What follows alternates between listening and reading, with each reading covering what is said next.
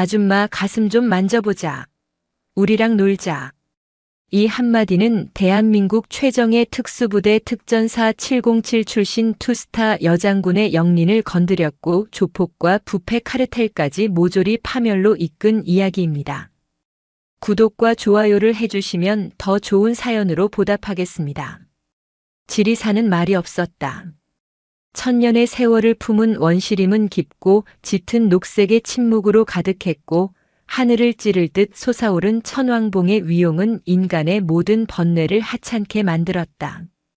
육군 소장 강지영은 배낭을 맨 채 등산 스틱에 의지하여 묵묵히 산길을 올랐다. 그녀의 어깨를 짓누르는 것은 배낭의 무게가 아니었다. 투스타 대한민국 육군 제37보 병사단장. 그 별 2개의 무게는 지리산의 흙 한 줌, 나무 한 그루보다 무겁게 느껴질 때가 있었다. 휴가였다. 국방부의 공식 승인을 받은 아주 짧고 귀한 휴식. 부하들의 성화에 못 이겨 떠밀리듯 나선 길이었지만 지영은 이내 산이 주는 평온함에 스며들고 있었다. 흙냄새와 섞인 상쾌한 공기가 폐부 깊숙이 스며들 때마다 복잡했던 머릿속이 조금씩 맑아지는 기분이었다. 사단장이라는 직책은 잠시 잊고 그저 자연을 사랑하는 한 명의 등산객이고 싶었다. 작전 상황판과 결제 서류, 쉴 새 없이 울리던 군용 전화기에서 벗어나 오직 자신의 발소리와 심장 소리, 그리고 바람 소리만을 듣고 싶었다. 그녀의 등산복은 화려하지 않았다. 기능성에 충실한 짙은 회색 상의와 검은색 바지. 머리를 질끈 묶은 모습은 영락없는 평범한 중년의 등산객이었다. 하지만 그 평범함 속에 숨겨진 날카로움은 감출 수 없었다. 한 걸음 한 걸음을 내디딜 때마다 조금의 흐트러짐도 없는 자세, 주변의 미세한 소리와 움직임까지 놓치지 않는 예리한 감각은 그녀의 몸에 아로 새겨진 군인의 흔적이었다. 특히 그녀의 눈빛, 평소에는 온화하게 빛나다가도 한순간 모든 것을 꿰뚫어 볼 듯 서늘하게 변하는 그 눈빛은 과거 그녀가 어떤 사람이었는지를 짐작하게 했다. 707 특수임무단 불멸의 마녀라 불렸던 시절이 있었다. 인간의 한계를 시험하는 지옥 같은 훈련을 밥 먹듯 견뎌냈고 적진의 심장부에서 목숨을 건 작전을 수없이 수행했다. 수많은 전우를 먼저 떠나보냈고 그들의 목까지 짊어지겠다며 스스로를 채찍질했다. 그렇게 쌓아 올린 시간이 그녀를 지금의 자리에 올려놓았다.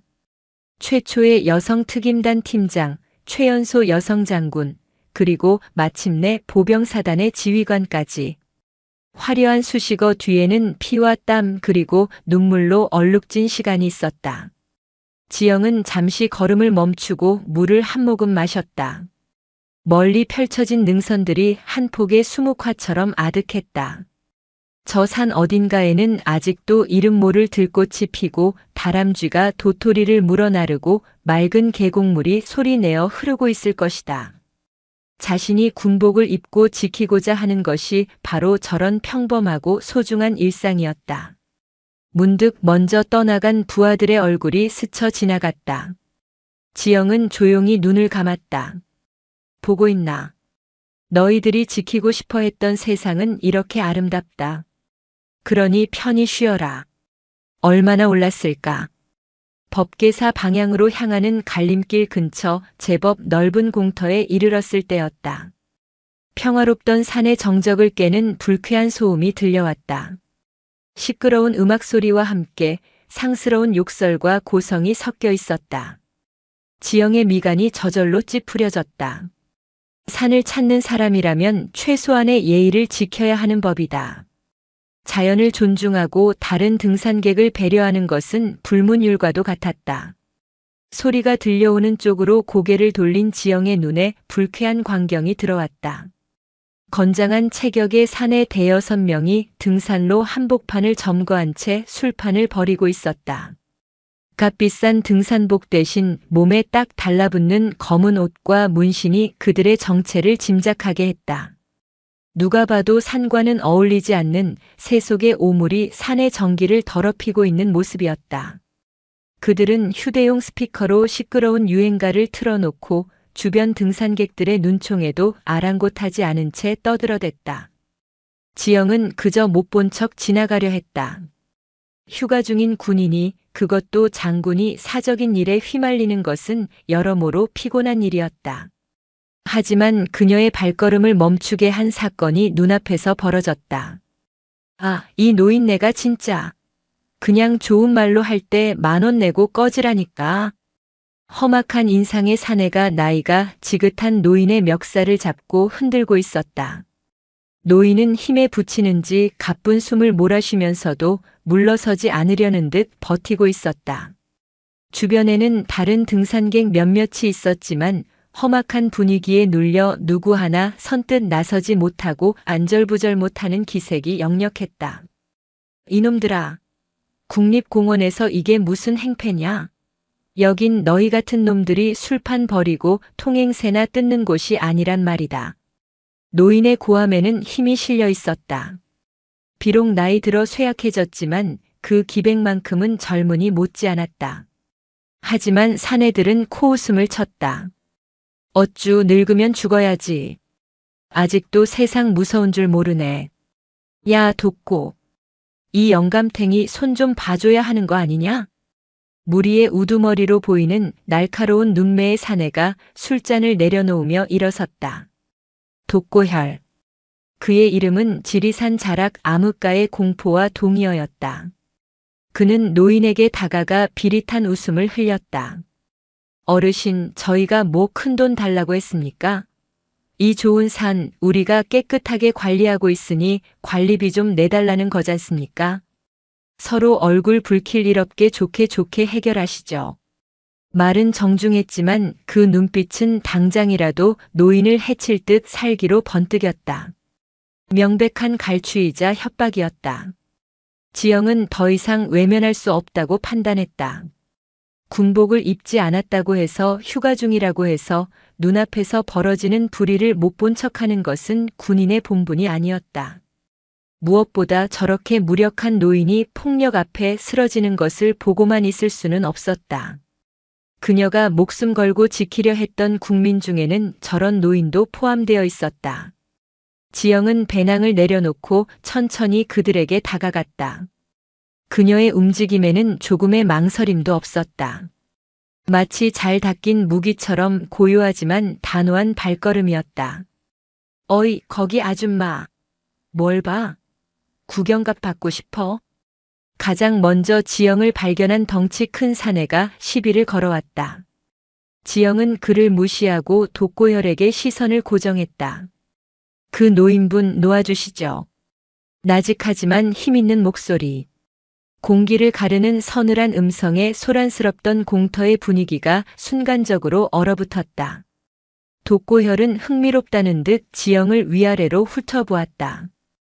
평범한 등산복 차림의 중년 여자. 하지만 어딘지 모르게 풍겨나오는 기운이 예사롭지 않았다. 아줌마가 뭔데 우리 일에 끼어들어? 혹시 이 영감이랑 한패야? 아니면 외로워서 우리랑 좀 놀고 싶어? 독고혈의 입가에 저질스러운 미소가 걸렸다. 부하들이 일제히 희죽거리며 지영의 몸매를 훑어보는 음흉한 시선을 던졌다. 명백한 성희롱이었다. 그 순간 지영의 눈빛이 변했다.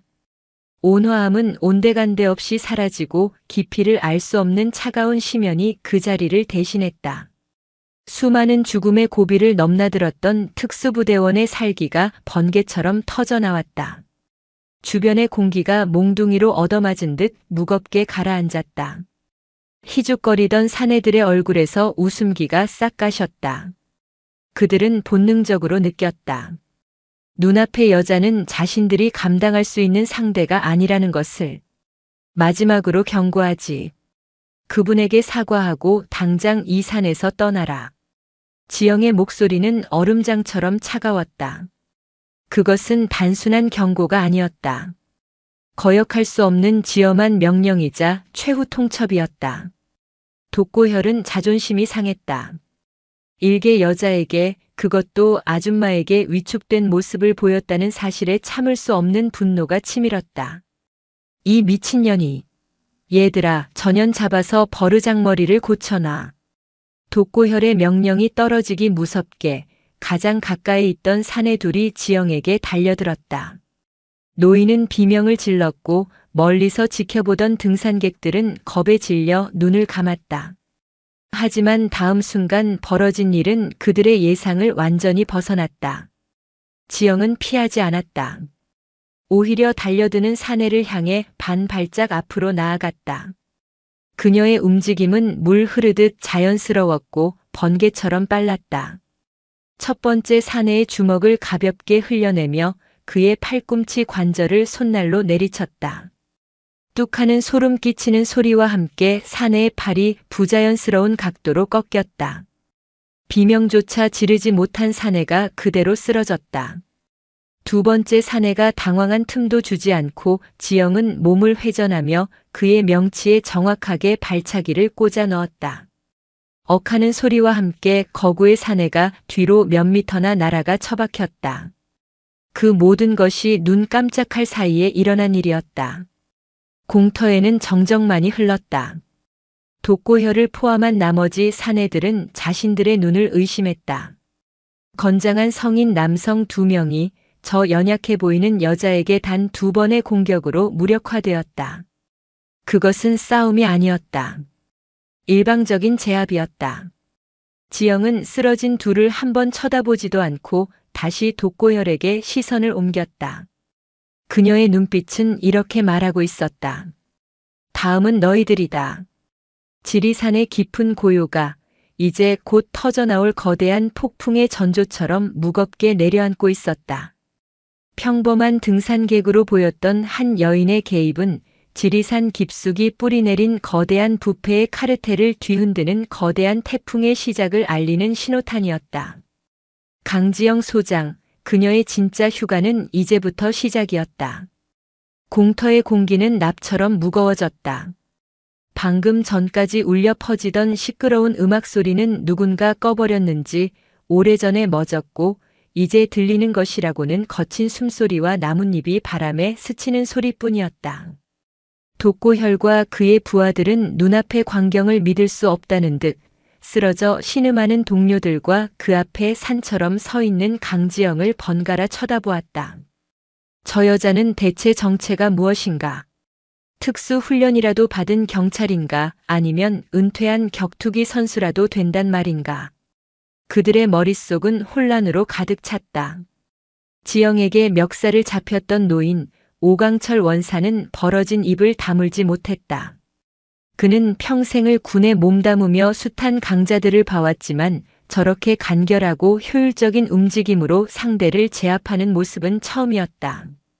군더더기 없는 동작 하나하나에 실린 파괴력은 오랜 시간 동안 수없이 반복된 훈련의 결과물임을 직감할 수 있었다. 저것은 단순한 싸움 기술이 아니었다. 오직 상대를 무력화시키기 위해 만들어진 일격필살의 살인 기술에 가까웠다. 이 인연이 대체 정체가 뭐야? 정신을 차린 독고혈이 버럭 소리를 질렀다. 두려움을 감추기 위한 허세였다. 그는 이 바닥에서 잔뼈가 굵었다.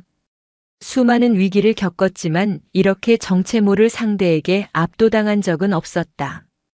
자존심이 허락하지 않았다. 아직도 상황 파악이 안 되나?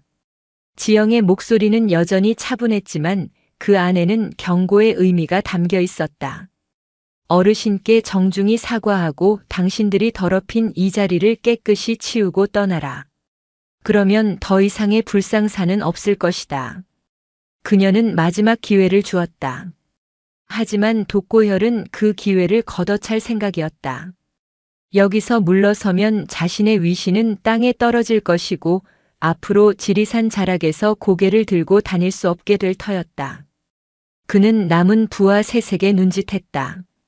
한꺼번에 덮쳐라. 시끄러워. 전현 팔다리 하나씩 분질러서 저 아래 계곡에 던져버려. 독고혈의 외침과 함께 남은 3명의 사내가 동시에 지영에게 달려들었다. 한 명은 정면에서 2명은 좌우 측면에서 그녀를 포위하며 공격해왔다. 아무리 무술 실력이 뛰어나다 해도 건장한 남성 셋의 동시 공격을 막아내는 것은 불가능해 보였다.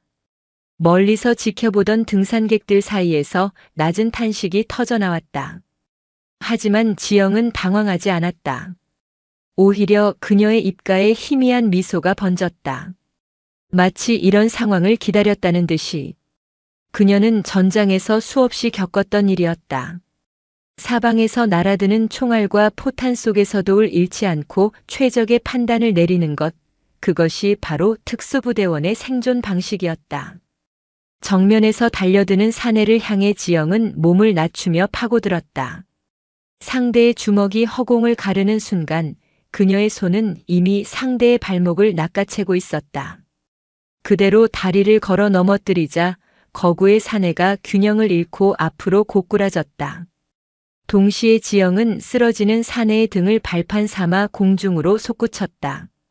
왼쪽에서 달려들던 사내는 눈앞에서 동료가 쓰러지고 목표물이 사라지자 순간적으로 당황했다.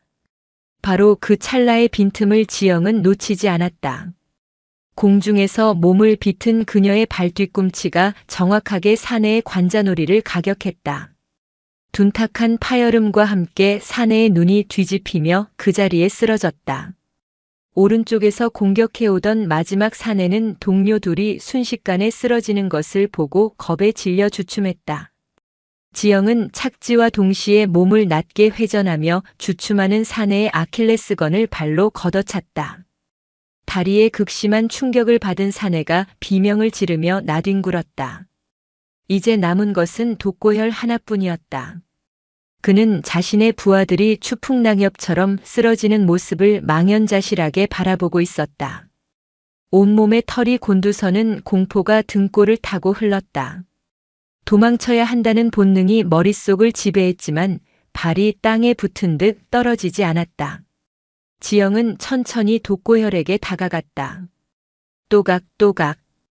그녀의 등산화가 마른 흙바닥을 밟는 소리가 마치 사형 집행인의 발걸음 소리처럼 공터에 울려 퍼졌다. 이제 내 놈 차례다. 지영의 말에 독고혈은 이성을 잃었다. 그는 품속에서 번쩍이는 무언가를 꺼내 들었다. 등산용 칼이었다. 오지 마. 더 이상 다가오면 찔러버릴 거야. 이 미친년아. 칼을 든 독고혈의 모습에 오강철 원사와 등산객들이 경악했다. 상황이 걷잡을 수 없이 악화되고 있었다. 하지만 지영의 표정에는 변화가 없었다. 오히려 상대를 한심하다는 듯이 바라볼 뿐이었다. 고작 그걸로 날 위협할 수 있다고 생각하나? 닥쳐. 죽고 싶지 않으면 무릎 꿇고 빌어. 독고혈은 칼을 마구잡이로 휘두르며 발악했다. 지영은 가볍게 몸을 뒤로 젖혀 칼날을 피했다. 그리고는 휘두르는 독고혈의 손목을 왼손으로 낚아챘다. 엄청난 악력에 독고혈의 손목뼈가 으스러지는 듯한 고통이 느껴졌다. 크악! 독고혈이 비명을 지르며 칼을 놓쳤다. 지영은 그의 손목을 꺾어 제압한 채 오른손으로 그의 턱을 잡아 올렸다. 그리고는 귓가에 얼음처럼 차가운 목소리로 속삭였다. 내 놈들이 한 짓은 단순한 폭행과 갈취가 아니다. 이 신성한 산을 더럽히고 선량한 시민을 위협했으며 무엇보다 여성을 상대로 모욕적인 언사를 내뱉었다. 그 죄 지금부터 내가 직접 묻겠다. 말을 마친 지영은 독고혈의 턱을 잡은 손에 힘을 주었다. 그리고는 그의 얼굴을 땅바닥에 그대로 처박아 버렸다. 쿵하는 둔탁한 소리와 함께 독고혈의 얼굴이 흙바닥에 갈렸다. 이어 지영은 그의 팔을 등 뒤로 꺾어 완전히 제압했다. 독고혈은 저항 한 번 제대로 못하고 땅바닥에 엎드려 고통스러운 신음만 내뱉었다. 상황은 순식간에 종료되었다. 건장한 조폭 6명이 한 명의 여성에게 처참하게 제압당한 것이다. 공터에는 숨막히는 정적만이 흘렀다. 오강철 원사는 경외감마저 드는 눈빛으로 지영을 바라보았다. 저 여성은 보통 사람이 아니었다.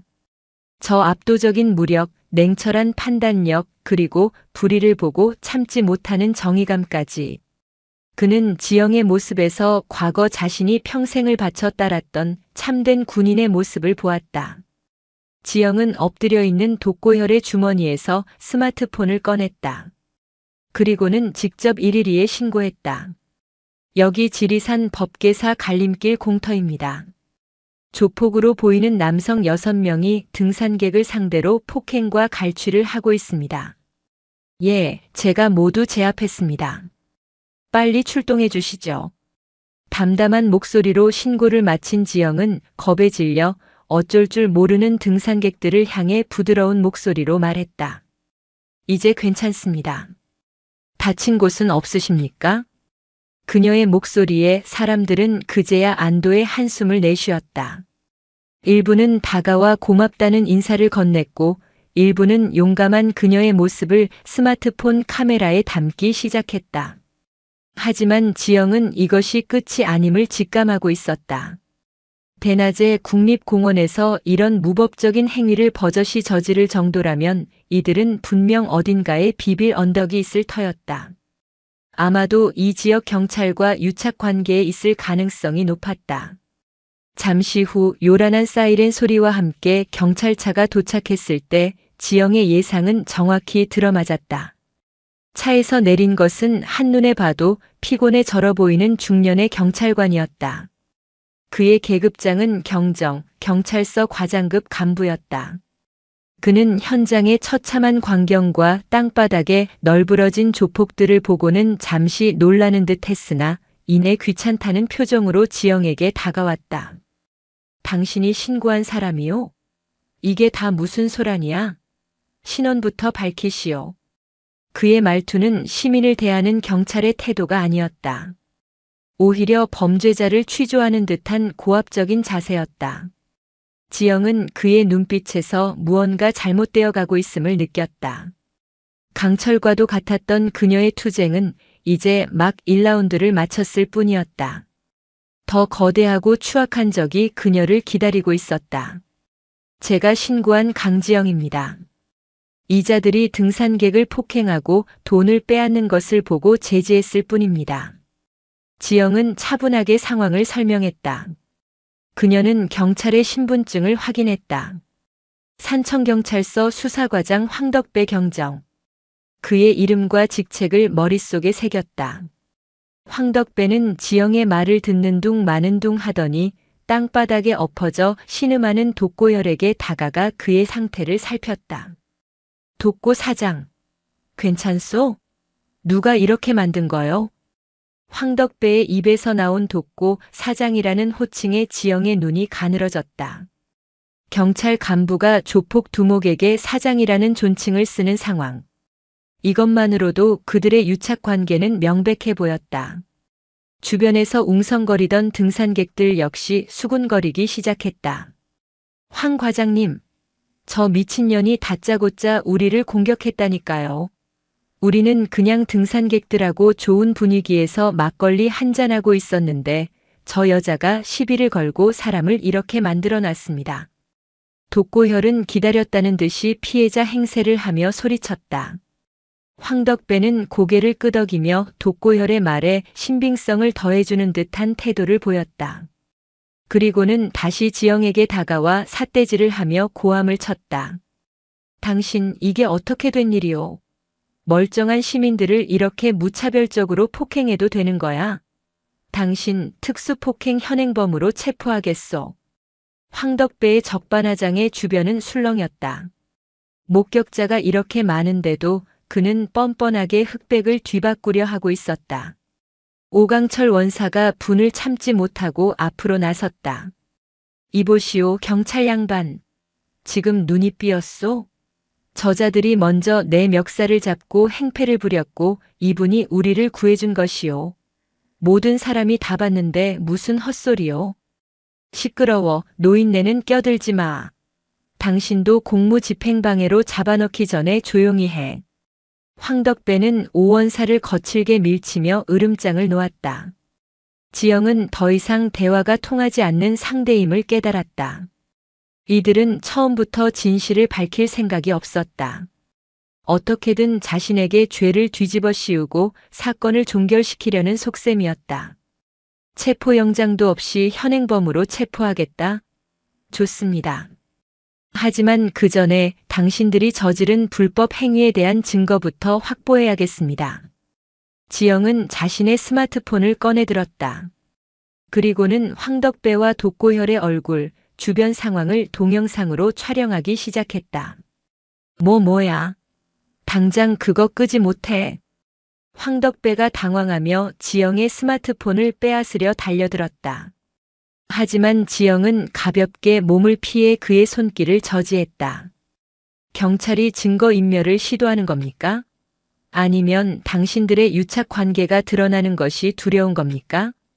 지영의 날카로운 지적에 황덕배의 얼굴이 시뻘겋게 달아올랐다. 그는 함께 출동한 젊은 순경에게 눈짓했다. 뭐해, 저 여자 당장 제압하지 않고. 젊은 순경은 잠시 망설이는 듯했다. 현장 분위기와 여러 사람의 증언을 들었을 때 황덕배의 명령이 부당하다는 것을 그 역시 느끼고 있었기 때문이다. 하지만 상사의 명령을 거역할 수는 없었다. 그가 마지못해 지영에게 다가서는 순간이었다. 지영은 동영상 촬영을 멈추고 스마트폰으로 어딘가에 전화를 걸었다. 그녀의 입에서 나온 말은 그 자리에 있던 모든 사람을 경악하게 만들었다. 통신보안. 본관은 37사단장. 현재 위치 지리산 천왕봉 법계사 갈림길. 민간인과 유착한 부패 경찰에 의해 공무집행을 방해받고 있다. 즉시 관할 헌병대와 국군방첩 사령부 요원을 현장으로 급파할 것. 반복한다. 본관은 37사단장, 육군 소장 강지영이다. 육군 소장. 사단장. 그 단어들이 공터에 울려 퍼지는 순간 시간은 멈춘 듯 했다. 황덕배의 얼굴은 새하얗게 질려갔다. 그는 자신의 귀를 의심했다. 눈앞에 평범한 등산복 차림의 여자가 별 2개를 단 현역 육군 소장이라고. 말도 안 되는 소리였다.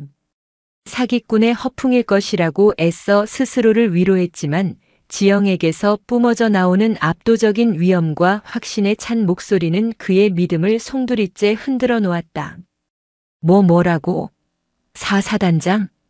황덕배가 더듬거리며 묻자 지영은 차가운 눈으로 그를 쏘아보며 말했다. 황덕배 경정. 당신은 지금 현역 육군 장성의 정당한 공무 수행을 방해하고 범죄자와 유착하여 사건을 은폐하려 했다. 이는 국가공무원법 위반이자 직권남용에 해당한다. 그리고 당신 독고혈. 당신의 범죄 행위에 대해서는 군 검찰에서 정식으로 수사하게 될 것이다. 이제 상황이 좀 이해가 되나? 그제야 독고혈과 황덕배는 자신들이 건드려서는 안 될 사람을 건드렸다는 사실을 깨달았다.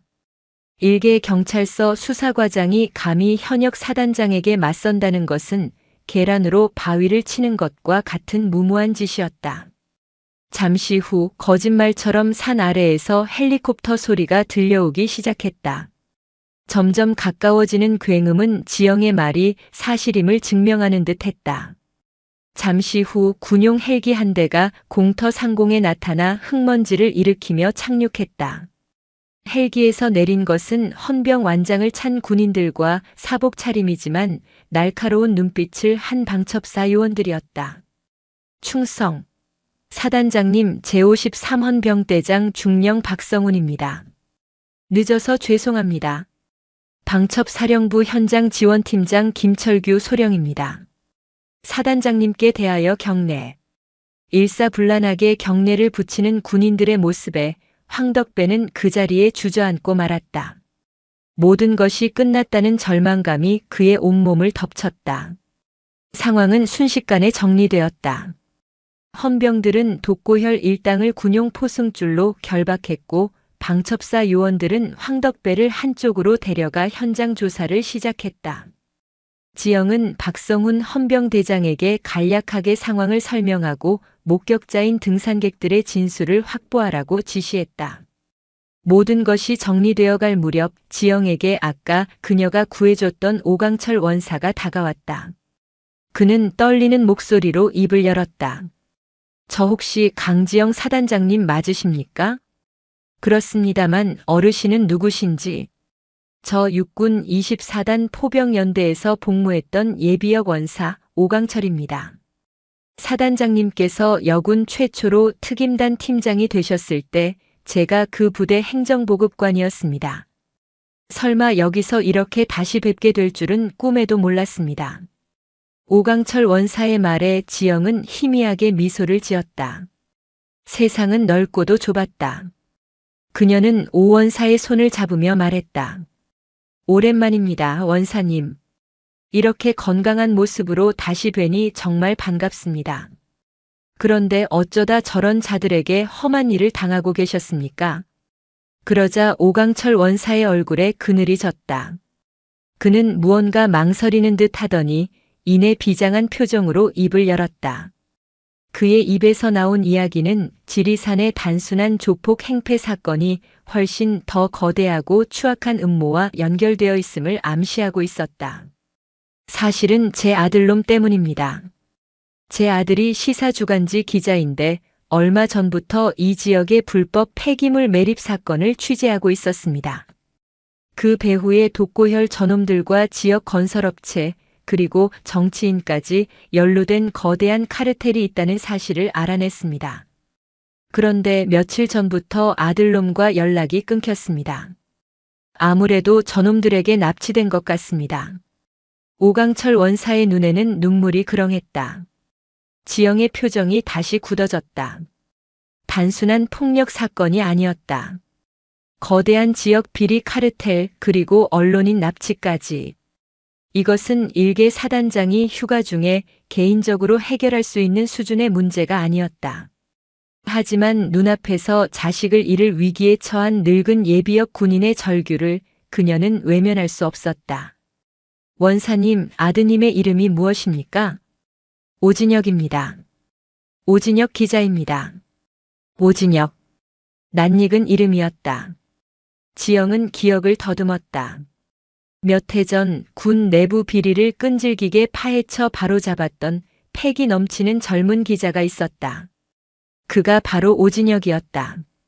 원사님 걱정 마십시오. 제가 반드시 아드님을 찾아드리겠습니다. 이것은 이제 사적인 일이 아닙니다. 대한민국 군인의 명예를 걸고 이 땅의 정의를 바로 세우기 위한 싸움입니다. 지영의 눈빛이 다시 불타올랐다. 그녀는 헌병대장과 방첩사 팀장을 불렀다. 지금부터 이것은 단순 폭행 사건이 아니라 대규모 비리 및 납치 사건에 대한 군의 대테러 작전이다. 전 부대원은 비상체제에 돌입하고 가용할 수 있는 모든 정보 자산을 총동원하여 오진혁 기자의 위치를 파악하라. 지금부터 작전을 개시한다. 지리산의 포효는 이제 막 시작되고 있었다. 부패한 권력의 심장을 향한 한 여성 장군의 거침없는 진격이 시작된 것이다. 지리산의 밤은 소리 없이 찾아왔다. 어둠은 산의 모든 형체를 집어삼키고 오직 매서운 밤바람 소리와 이름 모를 풀벌레 소리만이 태고의 정적을 채웠다. 법계사 인근에 급히 설치된 군용 텐트 안은 바깥의 정막과 달리 팽팽한 긴장감으로 가득했다. 이곳은 강지영 소장이 구축한 임시 지휘통제실이었다. 군용 노트북 여러 대가 발하는 서늘한 빛이 텐트 내부를 밝혔고 그 빛은 작전에 몰두한 군인들의 결연한 얼굴 위로 어른거렸다. 강지영은 팔짱을 낀 채 대형 모니터에 떠있는 지리산 일대의 위성 지도를 응시하고 있었다. 그녀의 눈빛은 한치의 흔들림 없이 고요했지만 그 안에서는 수백 가지의 경우의 수를 계산하는 치열한 두뇌 싸움이 벌어지고 있었다. 휴가 중에 평화로운 등산객 강지영은 온데간데 없었다. 지금 이곳에는 수많은 부하의 목숨을 책임지고 국가의 안위를 걱정하는 지휘관 강지영 소장만이 존재했다. 보고합니다. 독고혈 일당에 대한 1차 신문 결과 오진혁 기자의 행방에 대해서는 전원 입을 다물고 있습니다. 상당한 고문 방지 훈련을 받은 것으로 보이며 배후에 대한 공포심이 극심한 것으로 판단됩니다. 방첩사 김철규 소령의 보고에 지영은 고개를 끄덕였다. 예상했던 바였다. 독고혈 같은 자들은 꼬리 자르기에 능했고 그들의 조직은 폭력과 공포로 유지된다. 쉽사리 입을 열 리가 없었다. 산청경찰서 황덕배 경정은 어떻죠? 자신은 독고혈과 단순한 지역 유대 관계일 뿐이며 현장에서는 오해가 있었다는 말만 반복하고 있습니다. 하지만 통신 기록 조회 결과 지난 한 달간 독고혈과 100여 차례 이상 통화한 사실이 확인되었습니다. 단순한 유대 관계라고 보기에는 비정상적인 빈도입니다. 증거를 들이대도 버틴다 그만큼 믿는 구석이 있다는 뜻이겠지. 지영의 목소리는 차갑게 가라앉았다. 황덕배의 저항은 이 사건의 배후에 훨씬 더 거대한 권력이 도사리고 있음을 방증하는 것이었다. 일개 경찰 간부가 현역 장성에게 맞선다는 것은 자신의 목을 내놓는 것과 같은 행위다. 그 무모함을 감수하게 만들 정도의 강력한 뒷배. 지영은 모니터에 떠있는 두 개의 이름을 손가락으로 가리켰다. 대산건설 대표 팽일환, 지역구 국회의원 차명국. 오강철 원사가 아들의 취재 수첩에서 봤다며 알려준 이름들이었다. 오강철 원사님은 지금 어디에 계십니까? 별도의 텐트에서 대기 중이십니다. 아드님 걱정에 잠 한숨 못 주무시고 계십니다. 모셔오게. 잠시 후 초췌한 얼굴의 오강철 원사가 지휘 텐트로 들어왔다. 그는 평생을 군인으로 살았지만 이토록 긴박하게 돌아가는 실제 작전 상황실의 분위기에 압도당하는 듯했다. 지영은 직접 그에게 다가가 따뜻한 차를 한 잔 건넸다. 원사님, 밤이 깊었습니다. 염려가 크시겠지만 저희를 믿고 조금만 기다려 주십시오. 사단장님, 제 아들 진혁이는 무사할 수 있겠습니까? 늙은 군인의 눈에 맺힌 물기는 보는 이의 마음을 아프게 했다. 지영은 그의 어깨를 가만히 잡았다. 그 어떤 화려한 위로의 말보다 굳건한 신뢰를 담은 손길이었다. 오진혁 기자는 강한 사람입니다. 쉽게 꺾이지 않을 겁니다. 그리고 우리 대한민국 군인들은 위험에 처한 국민을 절대 포기하지 않습니다.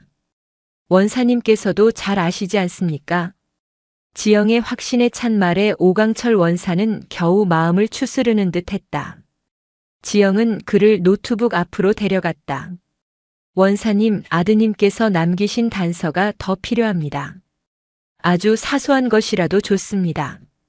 평소에 자주 가던 장소, 취재 습관, 혹시 모를 암호 같은 것이라도 뭐든 좋습니다. 오강철 원사는 눈을 감고 필사적으로 기억을 더듬었다. 아들은 자신의 일에 대해선 늘 함구했다. 위험한 취재라는 것을 알기에 아버지를 걱정시키고 싶지 않았을 것이다. 하지만 한 가지 마음에 걸리는 것이 있었다. 그놈이 납치되기 며칠 전에 저한테 이런 말을 한 적이 있습니다. 아버지, 어릴 때 아버지랑 같이 갔던 폐광 기억나세요? 쓸모없다고 버려진 것들이 때로는 진실을 감추는 가장 좋은 장소가 되기도 하더라고요. 라고. 폐광. 그 단어에 지영의 눈이 번쩍였다. 그 폐광이 어디에 있습니까? 지리산 서쪽 자락, 지금은 거의 폐쇄된 칠선 계곡 근처에 있는 오래된 철광입니다. 제가 젊었을 때 진혁이가 어렸을 적에 몇 번 데리고 갔던 곳입니다. 지영은 즉시 박성훈 헌병대장에게 명령했다. 박중령 즉시 위성 지도와 군용 지형 분석 시스템을 통해 해당 지역의 모든 폐광, 폐터널, 그리고 인공 동굴을 검색해 반경 5km 이내 차량 접근이 가능하고 외부의 시선이 차단되는 곳을 최우선으로 특정한다. 예상되는 감시 초소 위치까지 전부 분석해. 예, 알겠습니다. 지휘 텐트는 다시 분주하게 돌아가기 시작했다. 컴퓨터 자판을 두드리는 소리와 분석관들의 나직한 보고 소리가 텐트를 가득 메웠다. 오강철 원사가 던진 작은 불씨가 어둠을 밝히는 거대한 등불이 되어 타오르기 시작했다. 바로 그때였다. 지영의 위성 전화기가 날카로운 소리를 내며 울렸다. 발신자는 국방부 장관 비서실장이었다. 지영은 잠시 망설이다 통화 버튼을 눌렀다. 통신 보안. 소장 강지영입니다. 강 장군, 나 비서실장이요. 지금 지리산에서 벌어지고 있는 소동은 다 뭐요? 휴가 간 사람이 왜 지역 경찰하고 마찰을 빚고 헌병대의 방첩사까지 동원해서 일을 이렇게 크게 만드는 거요? 수화기 너머로 들려오는 목소리는 부드러웠지만 그 안에는 날카로운 압력이 숨어 있었다. 보고 드린 대로입니다. 지역 비리 세력에 의한 민간인 납치 사건이 발생하여 군 병력을 긴급 투입했습니다. 민간인 납치 사건은 경찰이 수사할 일이지 왜 군이 나서는 거요? 강 장군, 월권행위라는 생각은 안 해봤소? 지금 차명국 의원실에서도 항해 전화가 빗발치고 있어. 군이 선량한 지역 기업인을 조폭으로 몰아 과잉 대응을 하고 있다면서 말이오. 조용히 현장 철수하고 사건은 경찰에 인계하시오. 이건 장관님의 뜻이기도 하오. 차명국 의원. 마침내 배후의 이름이 직접 언급되었다. 지영은 입술을 깨물었다. 국방부까지 압력을 행사할 정도라면 이 카르텔의 뿌리는 상상 이상으로 깊고 질겼다. 하지만 여기서 물러설 수는 없었다. 물러서는 순간 오진혁 기자의 목숨은 보장할 수 없었다. 또한 불의 앞에 침묵하는 군인은 더 이상 군인이 아니었다. 비서실장님, 저는 지금 대한민국 국민의 생명을 구하기 위한 작전을 수행 중입니다. 이 작전은 현장 지휘관인 제 책임 하에 완수될 것입니다. 만약 이 작전을 중단시키려 하신다면 공식적인 서면 명령을 내려주십시오. 모든 책임은 제가 지겠습니다. 하지만 명령 없이 전화 몇 통으로 제 부하들과 위험에 처한 국민을 사지에 내몰 수는 없습니다. 지영의 단호한 대답에 비서실장은 잠시 말을 잃었다.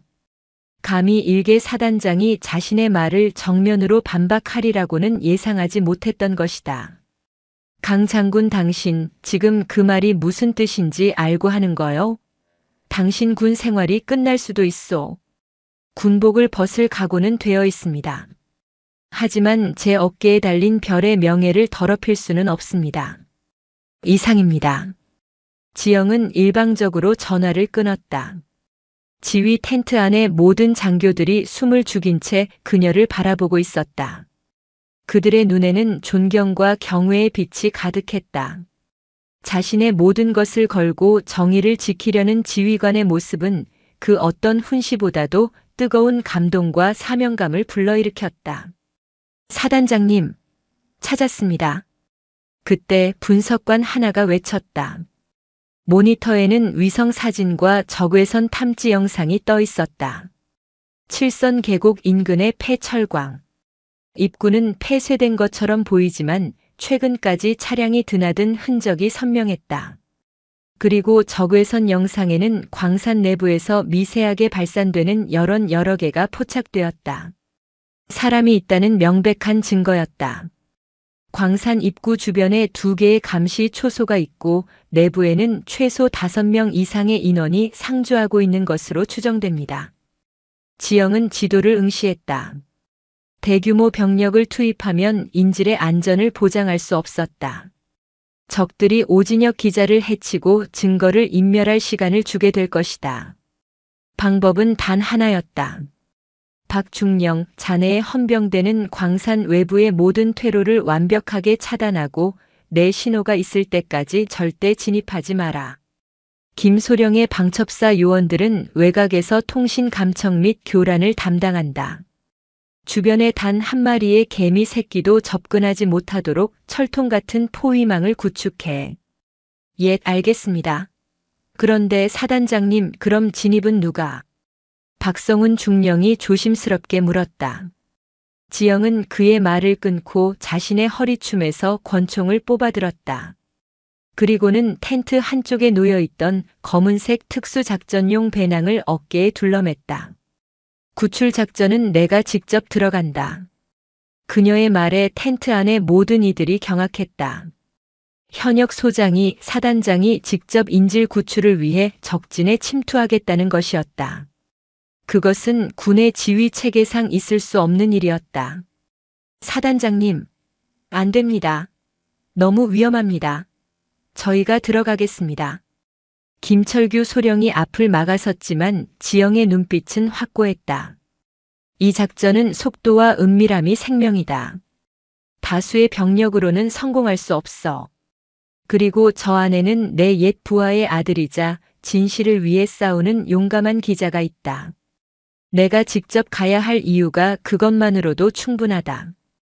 그녀는 오강철 원사에게 다가가 그의 손을 다시 한번 굳게 잡았다. 원사님, 조금만 더 기다려 주십시오. 반드시 아드님과 함께 돌아오겠습니다.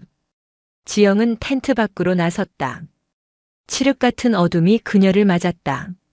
하지만 그녀의 눈은 그 어떤 어둠 속에서도 길을 찾는 맹수처럼 빛나고 있었다. 과거 707 특수임무단의 전설, 불멸의 마녀가 긴 잠에서 깨어나 다시 전장으로 향하는 순간이었다. 어둠 속에서 진실을 밝히는 등불이 되기 위해 그녀는 기꺼이 스스로를 불사를 준비가 되어 있었다. 밤에 장막이 내려앉은 지리산은 낮과는 전혀 다른 얼굴을 하고 있었다. 칠흑 같은 어둠 속에서 바람은 늑대처럼 울부짖었고 나뭇가지들은 날카로운 손톱처럼 허공을 핥히었다. 강지영은 어둠의 일부가 된 듯 소리 없이 산길을 나아갔다. 그녀의 몸에 걸친 것은 최소한의 장비뿐이었다. 야간 투시경, 소음기가 장착된 KO 권총, 대검 한 자루, 그리고 몇 가지 특수 장비가 담긴 작은 배낭. 하지만 그녀의 가장 강력한 무기는 최첨단 장비가 아니었다. 그것은 수십 년간 생사의 기로에서 단련된 그녀의 육체와 감각 그 자체였다. 폐광 입구로부터 약 500m 떨어진 지점. 지영은 거대한 바위 뒤에 몸을 숨기고 숨을 골랐다. 야간 투시경 너머로 희미한 불빛이 새어나오는 낡은 경비 초소가 보였다. 2명의 감시병. 담배를 태우며 잡담을 나누는 그들의 모습은 나태하고 방심에 가득 차 있었다. 자신들의 소굴에 대한민국 육군 소장이 직접 칼을 들고 찾아오리라고는 꿈에도 생각하지 못할 터였다. 지영은 허리를 낮추고 포복 자세로 이동하기 시작했다. 그녀의 움직임은 한 마리의 흑표범처럼 유연하고 은밀했다. 마른 나뭇잎 하나 밟지 않았고 작은 돌멩이 하나 건드리지 않았다. 바람 소리와 풀벌레 소리가 그녀의 움직임을 완벽하게 감춰주는 천연의 위장이었다. 첫 번째 초소의 5m 거리까지 접근했을 때 지영은 작은 돌멩이 하나를 집어 반대편 숲속으로 힘껏 던졌다. 부스럭하는 소리에 감시병 하나의 시선이 그쪽으로 향했다. 뭐야? 멧돼지인가? 그가 동료에게 말하며 경계를 소홀히 한 바로 그 순간 지영은 땅을 박차고 튀어나갔다. 눈 깜짝할 사이에 감시병의 등 뒤에 접근한 지영은 한 손으로 그의 입을 틀어막고 다른 한 손에 쥔 대검의 손잡이 부분으로 그의 후두부를 강타했다. 억소리도 내지 못하고 감시병이 쓰러졌다. 동료가 이상한 낌새를 채고 뒤를 돌아보았을 때 그의 눈에 비친 것은 허공에서 날아오는 지영의 발차기였다. 둔탁한 충격과 함께 두 번째 감시병 역시 의식을 잃고 바닥에 쓰러졌다. 단 10초도 걸리지 않은 완벽한 제압이었다. 지영은 쓰러진 감시병들을 숲속 깊숙이 끌어다 놓고 그들의 무전기를 빼앗아 전원을 껐다. 이제 외부와의 연락은 차단되었다. 그녀는 폐광의 입구로 다가갔다. 낡은 철문은 자물쇠로 잠겨 있었지만 옆쪽에는 사람 하나가 겨우 드나들 수 있는 개구멍이 나 있었다. 최근까지 사용한 흔적이 뚜렷했다. 지영은 개구멍을 통해 몸을 안으로 밀어 넣었다. 축축하고 서늘한 공기가 훅 끼쳐왔다. 곰팡이 냄새와 녹슨 쇠 냄새, 그리고 희미한 화약 냄새가 뒤섞인 불쾌한 공기였다. 그녀는 야간 투시경의 감도를 높여 내부를 살폈다. 갱도는 거미줄처럼 복잡하게 얽혀 있었고 곳곳에 버려진 낡은 장비들이 흉물처럼 널브러져 있었다. 그녀는 벽에 기대어 청각을 곤두세웠다. 저 멀리 갱도 깊숙한 곳에서 희미한 말소리와 불빛이 새어나오고 있었다. 목표 지점이 멀지 않았다. 지영은 발소리를 죽인 채 그림자처럼 갱도를 따라 나아갔다. 과거 대테러 작전을 수행하던 시절의 기억이 온몸의 세포 하나하나를 깨우는 듯 했다. 심장은 얼음처럼 차가웠지만 온몸의 감각은 칼날처럼 날카로워졌다. 얼마쯤 나아갔을까? 넓은 공간이 나타났고 그곳에는 컨테이너 박스를 개조해 만든 임시 사무실과 숙소 같은 것이 보였다. 전등이 켜져 있었고 안에서는 3명의 남자가 카드놀이를 하며 떠들고 있었다. 아, 심심해 죽겠네. 그 기자놈은 언제까지 가둬둘 거냐? 사장님이 곧 처리하라고 연락 오겠지. 그나저나 산 위에서 한바탕 난리가 났다던데. 독고 형님이 웬 미친년한테 다 깨졌다는 소문이. 쓸데없는 소리 마. 괜히 우리까지 엮이면 골치 아파. 그들의 대화를 통해 오진혁 기자가 아직 살아있다는 것과 독고혈의 패배 소식이 이곳까지는 제대로 전달되지 않았다는 것을 알 수 있었다. 지영에게는 행운이었다. 지영은 그들을 지나쳐 더 깊은 곳으로 향했다. 오진혁 기자는 분명 다른 곳에 감금되어 있을 터였다. 카드놀이를 하는 저들은 단순한 말단 조직원일 뿐이었다. 그녀는 갱도의 구조를 빠르게 파악하며 인지를 감금하기에 가장 적합한 장소를 머릿속으로 그려나갔다. 환기가 잘 안 되고 소리가 외부로 새어나가지 않는 막다른 갱도일 가능성이 높았다. 예상은 적중했다. 한쪽 구석 철창으로 막혀있는 작은 굴착용 갱도 앞에서 또 다른 감시병 하나가 의자에 앉아 졸고 있었다. 철창 안쪽 어둠 속에서 희미한 인기척이 느껴졌다. 지영은 망설이지 않았다. 소리 없이 다가가 조는 감시병의 목을 팔로 감아 순식간에 기절시켰다. 그리고 그의 허리춤에서 열쇠 꾸러미를 빼앗아 철창의 자물쇠를 열었다.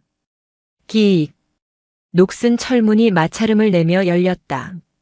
안쪽은 지독한 어둠과 악취로 가득했다. 지영이 작은 손전등을 켜자 구석에 웅크리고 있는 한 남자의 모습이 드러났다. 온몸이 밧줄로 묶여 있고 얼굴은 퉁퉁 부어 있었지만 그 눈빛만은 꺾이지 않은 채 형형하게 빛나고 있었다. 오진혁 기자였다. 누구? 오진혁이 경계심 가득한 목소리로 물었다. 지영은 손전등으로 자신의 얼굴을 살짝 비추며 검지를 입술에 가져다 댔다. 조용히. 아버지 부탁으로 왔습니다. 오진혁의 눈이 커졌다.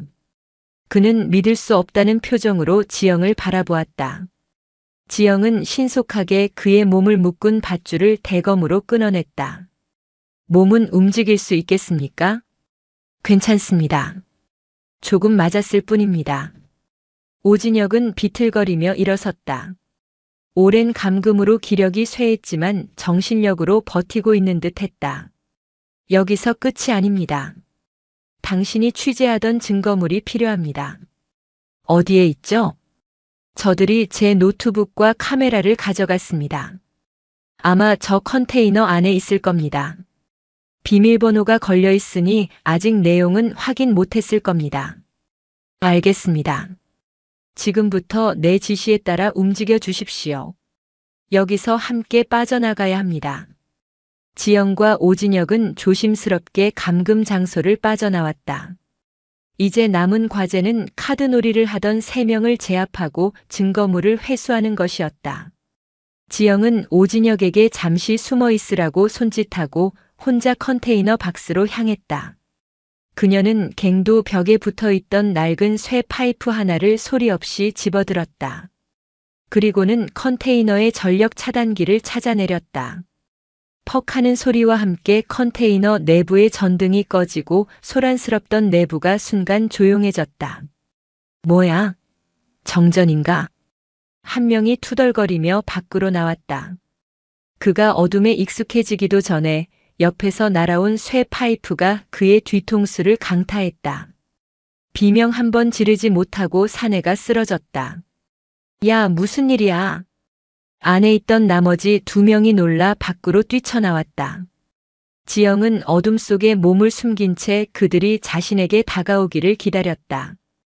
어둠은 그녀에게 가장 익숙한 전장이었다. 두 남자가 허둥지둥 쓰러진 동료를 살피는 순간 지영은 그들의 등 뒤에서 나타났다. 한 명의 목을 팔로 감아 조르고 동시에 다른 한 명의 복부를 발로 걷어찼다. 기습을 당한 두 남자는 제대로 된 저항 한번 해보지 못하고 차례로 쓰러졌다. 지영은 컨테이너 안으로 들어가 오진혁 기자의 것으로 보이는 노트북 가방과 카메라를 찾아냈다. 모든 것이 계획대로 순조롭게 진행되는 듯 했다. 그녀는 오진혁에게 신호를 보내 함께 폐광을 빠져나가려 했다. 바로 그 순간이었다. 콰르르릉. 엄청난 굉음과 함께 갱도 전체가 격렬하게 흔들렸다. 입구 쪽에서 거대한 폭발이 일어난 것이다. 천장에서 흙과 돌멩이들이 비오듯 쏟아져 내렸다. 이게 무슨... 오진혁이 경악하며 외쳤다. 지영은 본능적으로 그를 감싸 안고 몸을 낮췄다. 배후 세력이 꼬리를 자르기 위해 증거와 인지를 함께 생매장시키려 광산을 폭파시킨 것이 틀림없었다. 입구는 완전히 무너져 내렸고 그들이 들어왔던 길은 거대한 돌무더기로 막혀버렸다.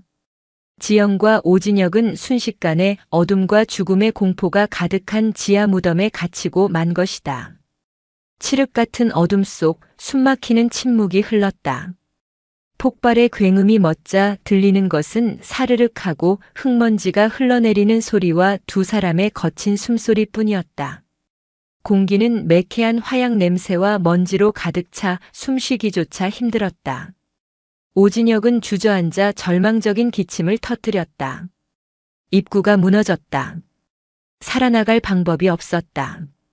지하 깊숙한 이곳에서 그들은 산채로 무덤에 갇힌 것이다. 젠장. 결국 이렇게 끝나는 건가? 그의 목소리에는 깊은 절망이 배어 있었다. 하지만 옆에 있던 강지영의 목소리는 놀라울 정도로 침착했다. 아직 끝나지 않았습니다. 정신 차리십시오, 기자님. 여기서 포기하면 저 바깥에 있는 악당들이 가장 기뻐할 겁니다. 지영은 손전등을 켰다. 좁은 빗줄기가 어둠을 가르자 거대한 암석과 토사로 완전히 막혀버린 갱도의 입구가 모습을 드러냈다. 탈출은 불가능해 보였다. 그러나 지영의 눈은 절망이 아닌 다른 것을 찾고 있었다. 그녀는 벽면을 비추며 천천히 주변을 살폈다. 그녀의 머릿속에서는 생존을 위한 계산이 빠르게 이루어지고 있었다. 모든 광산에는 주 갱도 외에 비상 통로나 환기구가 있기 마련입니다. 특히 이렇게 오래된 광산이라면 우리가 모르는 통로가 더 있을 수 있습니다. 희망을 버리지 마십시오. 그녀의 차분한 목소리는 패닉에 빠질 뻔했던 오진혁의 마음을 진정시키는 힘이 있었다. 그는 고개를 들어 지영을 바라보았다. 저 여인은 대체 어떤 사람이기에 이런 절체절명의 순간에도 흔들림이 없는 것일까?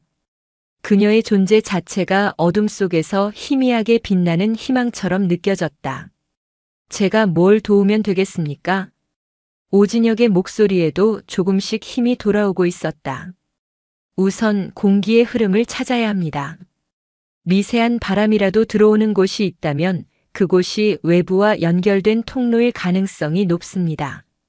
지영은 자신의 손수건을 꺼내 한쪽 끝을 살짝 적셨다. 그리고는 손수건을 높이 들어 올린 채 천천히 갱도 내부를 이동했다. 만약 공기의 흐름이 있다면 젖은 부분이 더 차갑게 느껴질 터였다. 그것은 특수부대에서 배운 기초적인 생존 기술 중 하나였다. 시간이 얼마나 흘렀을까? 그들에게는 1분 1초가 영원처럼 느껴졌다. 몇 번의 실패 끝에 마침내 한쪽 벽면 근처에서 지영이 멈춰 섰다. 찾았습니다. 아주 약하지만 바람이 있습니다. 그녀가 손전등으로 비춘 곳은 다른 벽면과 다를 바 없어 보이는 평범한 암벽이었다. 하지만 자세히 보니 암벽에 갈라진 틈새로 아주 미세한 흙먼지가 빨려 들어가고 있었다. 그 너머에 또 다른 공간이 있다는 증거였다. 이 뒤에 길이 있을 겁니다. 하지만 그들 앞을 가로막고 있는 것은 단단한 암벽이었다. 맨손으로는 어찌해 볼 도리가 없었다. 오진혁의 얼굴에 다시 실망감이 스쳤다. 하지만 이걸 어떻게 해? 방법은 있습니다. 지영은 아까 제압했던 조직원들이 쓰던 컨테이너 박스로 향했다. 그녀는 그 안에서 낡았지만 쓸만해 보이는 곡괭이와 정 그리고 큰 망치를 찾아냈다. 또한 그녀는 컨테이너 안에서 뜻밖의 물건을 발견했다. 소량의 공업용 다이너마이트와 뇌관이었다. 아마도 불법 폐기물을 묻기 위해 지형을 바꿀 때 사용하던 것으로 보였다. 기자님, 잠시 귀를 막고 최대한 멀리 떨어져 계십시오. 지영은 암벽의 가장 약해 보이는 균열 지점에 정으로 구멍을 뚫었다. 그리고는 최소한의 다이너마이트를 설치했다. 폭발력을 한 곳으로 집중시키기 위해 주변에 젖은 흙을 쌓아 압력을 조절하는 노련함까지 보였다. 너무 강한 폭발은 갱도 전체를 무너뜨릴 수 있었기에 정밀한 계산이 필요했다. 잠시 후 쾅 하는 비교적 작은 폭발음과 함께 암벽에 사람 하나가 겨우 지나갈 수 있는 구멍이 뚫렸다. 구멍 너머에서는 서늘하고 신선한 공기가 쏟아져 들어왔다. 그들은 살 길을 찾은 것이다. 성공입니다. 갑시다. 지영이 앞장서고 오진혁이 그 뒤를 따랐다. 구멍 너머는 예상대로 좁고 가파른 환기구였다. 위쪽으로 끝없이 이어지는 낡은 철제 사다리가 보였다. 지영은 노트북과 카메라가 든 가방을 자신이 직접 맸다. 기자님, 절대 아래를 보지 말고 제 발만 보고 따라오십시오. 두 사람은 위태로운 사다리를 한 칸 한 칸 오르기 시작했다. 언제 부서질지 모르는 낡은 사다리는 그들의 무게를 견디며 아슬아슬하게 삐걱거렸다. 좁은 통로 안에서는 서로의 숨소리만이 유일한 소음이었다. 얼마나 올랐을까? 마침내 머리 위로 희미한 빛이 보이기 시작했다. 달빛이었다. 그들은 지상에 거의 다다른 것이다. 마지막 힘을 짜내 사다리를 오른 끝에 두 사람은 마침내 지상으로 나올 수 있었다. 환기구의 출구는 덤불 속에 교묘하게 가려져 있었다. 밖으로 나온 두 사람은 탐욕스럽게 신선한 공기를 들이마셨다. 죽음의 문턱에서 살아 돌아온 것이다. 그들이 나온 곳은 폐광 입구에서 약 200m 정도 떨어진 산 중턱이었다. 멀리 폐광 입구 쪽에서 군인들의 분주한 움직임이 보였다. 아마도 폭발 소리를 듣고 진입을 시도하려는 듯 했다. 지영은 즉시 군용 무전기를 꺼내들었다. 박중령, 들리나? 본관이다. 진입 중지. 인질과 함께 무사히 탈출했다. 현재 위치 주 출입구에서 동쪽으로 200m 지점. 즉시 수색팀을 보내라. 무전기 너머에서 환호성이 터져 나왔다. 잠시 후 헌병 수색팀이 그들을 발견하고 달려왔다. 오강철 원사도 함께였다. 진혁아, 내 아들아. 오강철 원사는 아들을 부둥켜 안고 눈물을 흘렸다. 아버지와 아들의 감격적인 재회 모습을 지영은 조금 떨어진 곳에서 묵묵히 지켜보았다. 그녀의 얼굴에 희미한 미소가 떠올랐다. 이 순간을 위해 그녀는 기꺼이 사지로 들어갔던 것이다. 상황은 빠르게 정리되었다. 오진혁 기자는 군의관에게 응급 처치를 받았고 지영은 임시 지휘 텐트로 복귀했다. 그녀는 오진혁 기자가 목숨 걸고 지켜낸 노트북과 카메라를 방첩사 디지털 포렌식 팀에 넘겼다. 즉시 안에 있는 모든 데이터를 복구하고 분석해. 단 하나의 파일도 놓치지 마라. 분석은 오래 걸리지 않았다. 노트북과 카메라 메모리 카드 안에는 그야말로 판도라의 상자가 담겨 있었다. 대산건설 팽이란 대표가 차명국 의원에게 수십억 원의 불법 정치 자금을 건넨 내역이 담긴 비밀 장부 파일. 차 의원이 그 대가로 대산건설이 지리산 국립공원 내에 불법 폐기물을 매립하는 것을 묵인하고 관련 법안을 막아준 정황이 담긴 통화 녹음 파일. 그리고 독고혈의 천왕봉파가 폐기물 매립 현장에서 환경운동가와 지역 주민들을 폭행하고 협박하는 장면이 고스란히 담긴 동영상까지. 모든 증거는 차명국 의원과 팽이란 대표를 정확하게 겨누고 있었다. 독고혈과 황덕배는 그저 거대한 빙산의 일각에 불과했다.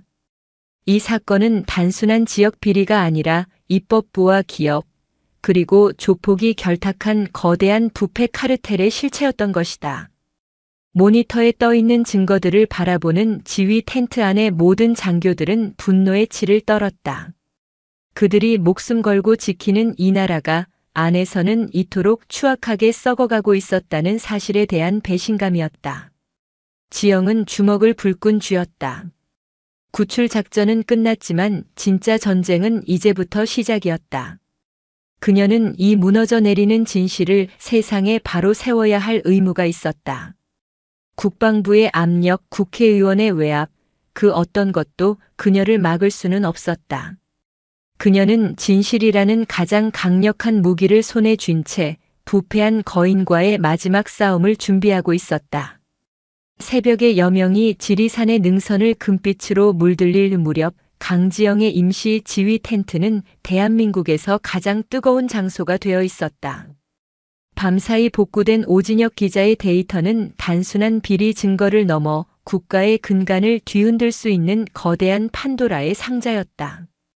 군, 검찰과 방첩사의 합동 수사팀이 급파되었고 텐트는 순식간에 지리산 게이트 특별수사본부의 심장부로 변모했다. 지영은 밤새 한숨도 자지 않았지만 조금의 피곤한 기색도 보이지 않았다. 오히려 그녀의 눈은 맑은 강철처럼 빛나고 있었다. 이제 전장은 어두운 패광이 아닌 보이지 않는 권력과 여론이 격돌하는 더 위험한 곳으로 옮겨졌다. 사단장님, 확보된 증거 자료에 대한 분석이 완료되었습니다. 팽일환이 차명국에게 전달한 불법 자금은 확인된 것만 지난 5년간 70억 원에 달합니다. 그 대가로 차명국은 국토교통위원회 위원으로서 국립공원 내 폐기물 처리 관련 규제 법안을 12차례나 무산시킨 것으로 확인됩니다. 방첩사 김철규 소령의 보고는 충격적이었다. 국민의 건강과 자연을 담보로 추악한 뒷거래가 이루어진 것이다. 팽일환과 차명국의 통화 녹취 파일에서는 이번 폐광 폭파를 직접 지시하는 차명국의 목소리가 확인되었습니다. 쓸데없는 잡음이 나오기 전에 쥐새끼들하고 증거 싹 다 묻어버려. 라고 말했습니다. 명백한 살인 교사입니다. 분노를 넘어선 허탈감이 텐트 안을 짓눌렀다. 국민을 대표한다는 자가 자신의 비리를 덮기 위해 국민의 목숨을 파리 목숨처럼 여기고 있었다. 좋다. 즉시 군 검찰은 독고혈, 황덕배를 포함한 현장 체포 인원 전원을 내란죄에 준하는 국가기관시설 교란 및 이롭게 하는 행위로 잠정 기소하고 민간 검찰과 공조하여 팽일환과 차명국에 대한 체포영장 발부를 준비하라. 이 사건은 군의 명예뿐만 아니라 이 나라의 정의가 걸린 문제다. 지영의 명령은 단호했다. 하지만 그녀는 알고 있었다. 적들의 반격이 곧 시작되리라는 것을. 예상대로였다. 해가 중천에 뜨기도 전에 보이지 않는 압력이 사방에서 그녀를 옥죄어오기 시작했다. 가장 먼저 움직인 것은 언론이었다. 차명국 의원과 유착 관계에 있는 보수 언론사들은 일제히 현역 장성의 도 넘은 월권행위, 군의 정치 개입 우려라는 제목의 기사들을 쏟아내기 시작했다. 기사의 내용은 교묘했다. 사건의 본질인 비리 카르텔은 축소하고 강지영 소장이 휴가 중에 민간인과 사소한 시비가 붙자 자신의 지위를 남용하여 과잉 대응을 했다는 식으로 여론을 호도했다. 그녀를 정의로운 군인이 아닌 자신의 감정을 주체하지 못하는 야심가로 둔갑시키려 했다. 뒤이어 국회에서 전화가 걸려왔다. 차명국 의원의 동료 의원들은 국방위원회 소집을 요구하며 강지영 소장의 보직 해임과 징계위원회 회부를 강력하게 주장했다. 군이 민간인을 사찰하고 정치에 개입하려 한다는 그들의 주장은 과거 군부 독재의 아픈 기억을 자극하며 일부 국민들을 불안하게 만들었다. 정점은 국방부 장관의 전화였다. 이전의 비서실장을 통한 경고와는 차원이 다른 직접적인 압력이었다. 강 장군, 지금 이게 무슨 짓인가? 왜 보고 라인을 무시하고 독단적으로 행동하는 건가? 당장 모든 수사 자료를 민간 경찰에 이첩하고 부대는 원 위치로 복귀시키게. 이건 명령이야. 장관의 목소리는 분노로 떨리고 있었다. 그 역시 정치권의 압력에서 자유로울 수 없었을 것이다. 하지만 지영은 물러서지 않았다. 장관님 명령에 불복하는 것을 용서하십시오. 하지만 이첩을 명하신 민간 경찰은 이미 저들과 한통속임이 밝혀졌습니다. 증거 자료를 넘기는 것은 고양이에게 생선을 맡기는 것과 같습니다. 그렇게 되면 오진혁 기자의 목숨을 건 희생과 우리 군의 명예는 물거품이 될 것입니다. 자네 지금 제정신인가? 군의 정치적 중립 의무를 잊었나? 자네의 행동이 군 전체를 위험에 빠뜨리고 있다는 생각은 안 해봤나? 정치에 개입하려는 것이 아닙니다. 범죄를 목격한 군인으로서 그리고 국민의 생명과 재산을 보호해야 할 지휘관으로서 마땅히 해야 할 일을 하고 있을 뿐입니다. 만약 저의 이 행동이 군의 명예를 실추시킨다면 모든 책임은 제가 지고 군복을 벗겠습니다. 하지만 진실을 눈앞에 두고 타협할 수는 없습니다. 지영은 자신의 모든 것을 걸었다. 수십 년간 목숨처럼 여겼던 군인으로서의 삶, 어깨에 달린 별의 무게, 그 모든 것을 이 싸움에 던진 것이다. 장관은 한동안 말이 없었다. 수화기 너머로 그의 깊은 한숨 소리가 들려왔다. 그는 강지영이라는 군인의 강직함을 누구보다 잘 알고 있었다. 그녀가 한번 결심한 것은 그 누구도 꺾을 수 없다는 것을. 자네에게 주어진 시간은 많지 않을 거야. 청와대에서도 이번 사태를 심각하게 보고 있네. 결과로 증명하지 못하면 나도 자네를 지켜줄 수 없어. 장관은 전화를 끊었다. 직접적인 명령을 철회한 것은 아니었지만 암묵적으로 지영의 의지를 시험하겠다는 의미였다. 지영은 잠시 눈을 감았다. 거대한 산을 혼자서 넘어야 하는 외로운 싸움이었다. 정치적 압력이 통하지 않자 이번에는 회유가 들어왔다. 대산건설 팽일환이 보낸 사람이었다. 그는 군 법무관 출신의 거물급 변호사였다. 깍듯한 예의를 차리며 지휘 텐트로 들어온 그는 노골적인 제안을 꺼내놓았다. 장군님, 팽일환 회장께서는 이번 일이 불미스러운 오해에서 비롯되었다고 생각하고 계십니다. 장군님의 노고에 깊이 감복하고 있으며 지역 발전을 위해 애쓰시는 군에 대한 감사의 표시로 37사단 장병복지 기금으로 100억 원을 기부하고 싶다는 뜻을 전해 오셨습니다. 100억 원. 웬만한 장교라면 눈이 돌아갈 만한 거액이었다. 그는 말을 이었다. 또한 이번 일로 무리를 빚은 독고혈 씨의 조직은 즉시 해체하고 산청경찰서의 황덕배 과장에 대해서는 저희가 책임을 지고 물러나게 하겠습니다. 그러니 차명국 의원님과 관련된 부분은 장군님의 넓은 아량으로 덮어주실 수는 없겠습니까? 국가를 위해 큰일을 하셔야 할 분이 이런 사소한 일에 발목이 잡혀서는 안 되지 않겠습니까? 그것은 뇌물이었다. 정의를 돈과 맞바꾸자는 군인의 명예에 대한 참을 수 없는 모독이었다. 지영의 얼굴에서 모든 감정이 사라졌다. 그녀의 눈빛은 만년설처럼 차갑게 얼어붙었다. 그녀는 조용히 자리에서 일어났다. 당신 이름이 뭐라고 했지? 예. 저는 김앤최 법무법인의 우병진 변호사라고 합니다. 우병진 변호사. 당신은 방금 대한민국 육군 소장에게 뇌물을 공여하려 시도했다. 이는 명백한 실정법 위반이다. 지영의 말에 우병진 변호사의 얼굴이 하얗게 질렸다. 그는 농담이 아니라는 것을 직감했다. 여봐라. 지영이 텐트 밖을 향해 외치자 무장한 헌병 2명이 들어왔다. 이자를 뇌물 공여 시도 현행범으로 체포한다. 즉시 압송하여 뇌물 전달의 배후에 팽일환이 있다는 자백을 받아내도록. 자, 장군님. 이러시면 안 됩니다. 제가 누군지 아십니까? 이건 외교적인 결례입니다. 우병진 변호사가 발악했지만 헌병들은 그를 거칠게 끌고 나갔다. 지영은 그의 마지막 발악을 차갑게 외면했다. 협박과 회유, 그들이 가진 무기가 고작 그 정도라는 사실이 그녀를 실소하게 만들었다. 그녀는 그들이 상상조차 할 수 없는 훨씬 더 강력한 무기를 가지고 있었다. 그것은 바로 진실이었다. 김소령. 예, 사단장님. 오진혁 기자는 지금 어디에 있나? 군 병원 1급 보안병실에서 신변 보호 중에 있습니다. 건강은 많이 회복했습니다. 그를 이곳으로 데려오게. 이제 우리가 가진 마지막 카드를 쓸 시간이다. 지영의 눈이 번뜩였다. 그들이 언론을 이용해 자신을 공격했다면 자신 또한 언론을 통해 진실을 세상에 알릴 터였다. 보이지 않는 압력에 굴복하는 대신 그 압력을 수천 배로 되돌려줄 시간이었다.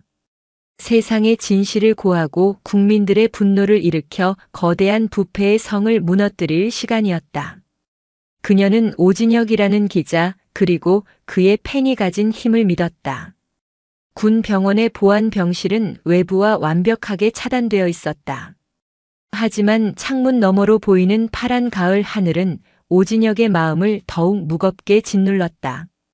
그는 목숨을 걸고 취재한 진실의 조각들을 손에 쥐었지만 그것을 세상에 알릴 방법을 찾지 못해 무력감에 시달리고 있었다. 자신을 구해준 강지영 소장이 홀로 거대한 권력과 맞서 싸우고 있다는 소식은 텔레비전 뉴스를 통해 매일같이 흘러나왔다. 언론은 그녀를 영웅이 아닌 문제아로 만들고 있었고 진실은 교묘하게 왜곡되고 있었다. 그때 병실 문이 열리고 강지영 소장이 들어왔다. 군복이 아닌 간편한 사복 차림이었다. 하지만 그녀의 어깨에서 뿜어져 나오는 위엄은 군복을 입었을 때와 조금도 다르지 않았다. 몸은 좀 어떻습니까, 오 기자? 괜찮습니다, 장군님. 그런데 밖의 상황이 좋지 않은 것 같습니다. 저 때문에 장군님께서 곤란한 상황에 처하신 것 같아 죄송할 따름입니다. 오진혁은 고개를 숙였다. 지영은 그의 맞은편 의자에 앉아 단호한 눈빛으로 그를 바라보았다. 사과할 필요 없습니다. 이건 오 기자 개인의 싸움도 나 강지영 개인의 싸움도 아닙니다. 이 나라의 정의를 바로 세우려는 우리 모두의 싸움입니다. 그리고 이 싸움에서 이기기 위해선 오 기자의 힘이 필요합니다. 지영은 작은 USB 메모리 하나를 테이블 위에 올려놓았다. 여기에는 이번 사건과 관련된 모든 증거 자료의 사본이 들어있습니다. 물론 군사 기밀이나 수사 기법에 관련된 민감한 정보는 모두 제거했습니다. 하지만 차명국과 팽일환의 범죄를 입증하기에는 차고 넘칠 겁니다. 오진혁의 눈이 커졌다. 군에서 확보한 1급 증거 자료를 민간인인 자신에게 넘기겠다는 것이었다. 이것은 강지영이 자신의 모든 것을 건 최후의 승부수였다. 장군님, 이걸 저에게? 정치인들은 언론을 두려워하고 부패한 권력은 국민을 두려워합니다. 우리가 가진 가장 강력한 무기는 탱크나 미사일이 아니라 바로 진실입니다. 오 기자의 펜으로 저들의 위선을 벗겨내고 추악한 진실을 세상에 알려주십시오. 국민들이 진실을 알게 되면 그들이 우리의 가장 든든한 아군이 되어줄 겁니다. 강지영의 눈빛에는 한치의 흔들림도 없었다. 그녀는 오진혁을 그리고 그가 대변하는 언론의 힘을 나아가 국민의 힘을 믿고 있었다. 오진혁은 가슴 깊은 곳에서 뜨거운 무언가가 치밀어 오르는 것을 느꼈다. 이것은 단순한 특종 기사가 아니었다. 한 군인의 신념과 한 나라의 정의가 그의 손끝에 달려 있었다. 알겠습니다, 장군님. 제 목숨을 걸고 아니, 제 모든 것을 걸고 쓰겠습니다. 그날 밤 오진혁이 근무하는 작은 인터넷 언론사 진실의 소리 서버에 한 편의 기사가 올라왔다. 기사의 제목은 길고 또 강렬했다. 단독 지리산 게이트의 전모 현역 국회의원과 재벌 회장의 추악한 결탁, 그리고 그들에게 맞선 한 군인의 외로운 싸움. 기사는 한 편의 영화와도 같았다. 지리산에서 벌어진 조폭들의 행패에서부터 시작해 그 배후에 있는 대산건설의 불법 폐기물 매립, 그리고 이를 묵인해준 차명국 의원의 검은 거래까지. 모든 사실관계가 오진혁 기자가 확보한 증거 자료를 바탕으로 낱낱이 파헤쳐져 있었다. 특히 차명국 의원이 폐광 폭발을 지시하며 쥐새끼들하고 증거 싹 다 묻어버려라고 말한 녹취록 부분은 기사를 읽는 모든 이들을 경악과 분노에 빠뜨리기에 충분했다. 기사의 마지막은 강지영 소장에 대한 이야기로 마무리되었다. 그녀가 어떻게 불의에 맞섰는지, 거대한 외압과 회유 속에서도 어떻게 자신의 신념을 지켰는지, 그리고 왜 그녀가 자신의 모든 것을 걸고 이 싸움을 계속하고 있는지를 담담하게 서술했다. 그것은 강지영을 영웅으로 미화하는 글이 아니었다. 자신의 자리에서 마땅히 해야 할 일을 했을 뿐인 한 명의 참된 군인이자 어른의 모습을 보여주는 글이었다. 기사가 올라간 지 불과 10분. 서버는 폭주하기 시작했다. SNS는 순식간에 지리산 게이트라는 해시태그로 도배되었다. 사람들은 기사를 퍼나르기 시작했고 포털 사이트의 실시간 검색어 순위는 순식간에 차명국, 팽일환, 강지영 소장 등의 키워드로 채워졌다. 처음에는 작은 파문이었다. 하지만 그 파문은 순식간에 거대한 해일이 되어 대한민국 전체를 뒤덮었다. 다음 날 아침 모든 조간신문과 방송사들은 진실의 소리를 인용하여 지리산 게이트를 일면 톱기사로 다루었다. 강지영을 비난하던 보수 언론들조차 명백한 증거 앞에 침묵하거나 마지못해 기사를 내보내야 했다. 여론은 들불처럼 번져나갔다. 국민들의 분노는 하늘을 찔렀다. 자신들이 낸 세금으로 월급을 받는 국회의원이 자신들의 터전인 국립공원을 오염시키고 진실을 밝히려던 기자를 생매장하려 했다는 사실에 온 국민이 치를 떨었다. 차명국을 즉각 구속하라. 팽일환의 대산건설을 해체하라. 강지영 소장님을 지켜주세요. 청와대 국민청원 게시판에는 차명국 의원의 처벌과 강지영 소장을 응원하는 청원이 수십 개나 올라왔고 순식간에 수십만 명의 동의를 얻었다. 거리에는 시민들이 자발적으로 모여 촛불을 들었다. 그들은 한 목소리로 부패한 권력의 심판과 정의의 실현을 외쳤다. 강지영이 지휘하는 37사단 위병소 앞에는 국민들이 보내온 꽃다발과 응원의 메시지가 산처럼 쌓여갔다. 상황은 하루아침에 역전되었다. 압력의 방향이 완전히 바뀐 것이다. 이제 압박을 받는 쪽은 강지영이 아니라 청와대와 국회, 그리고 검찰이었다.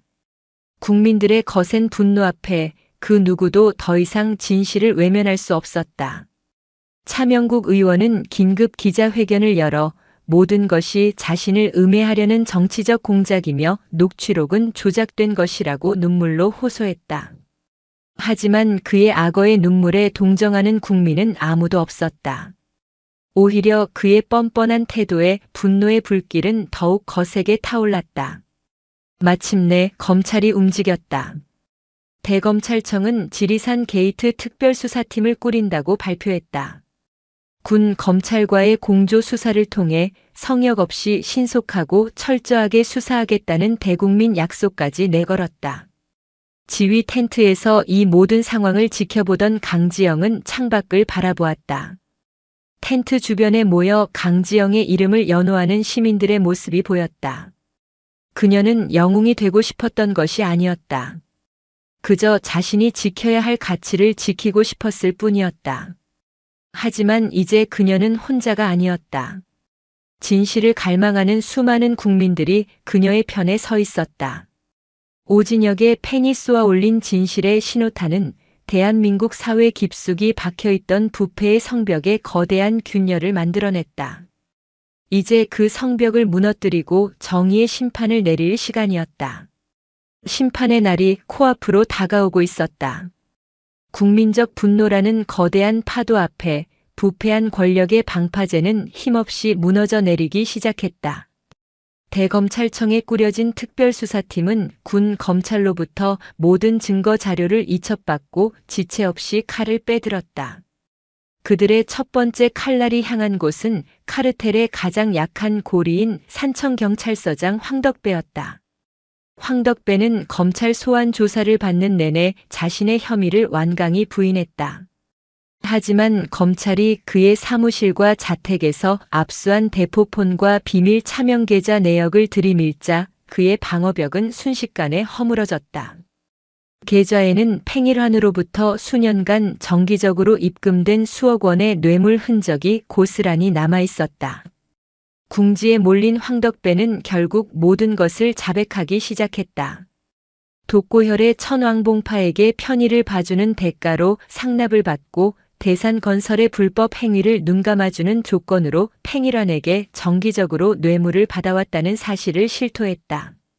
그의 자백은 팽일환과 차명국을 향한 수사의 문을 활짝 열어젖히는 열쇠가 되었다. 같은 시각 강지영은 방첩사 요원들에게 특별 지시를 내렸다.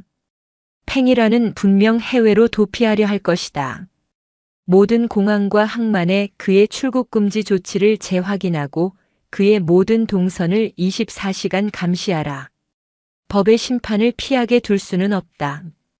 지영의 예상은 정확했다.